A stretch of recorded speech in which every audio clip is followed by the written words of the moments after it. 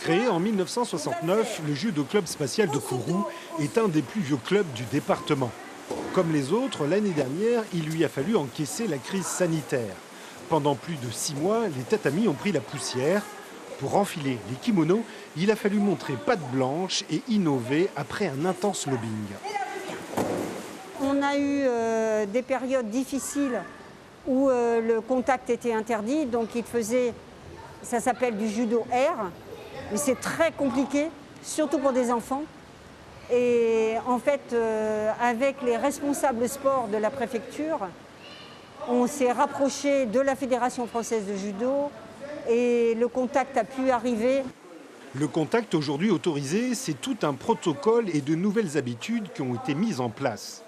Les parents n'ont plus accès à la salle, les vestiaires sont condamnés, des casiers virtuels représentés par un marquage au sol évitent que les enfants mélangent leurs affaires. S'il vous plaît, un casier pour chacun, pour chaque paire de chaussures. Bref, s'il y a contact sur les tatamis, partout ailleurs, il est proscrit.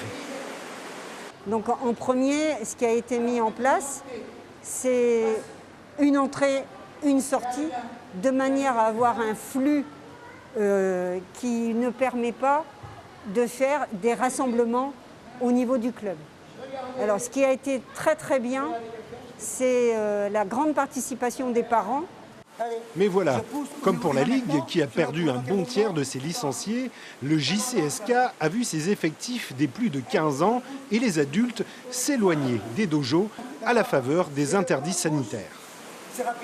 Ils sont partis peut-être dans d'autres disciplines, parce qu'ils voulaient faire, ou ils sont aussi restés chez eux.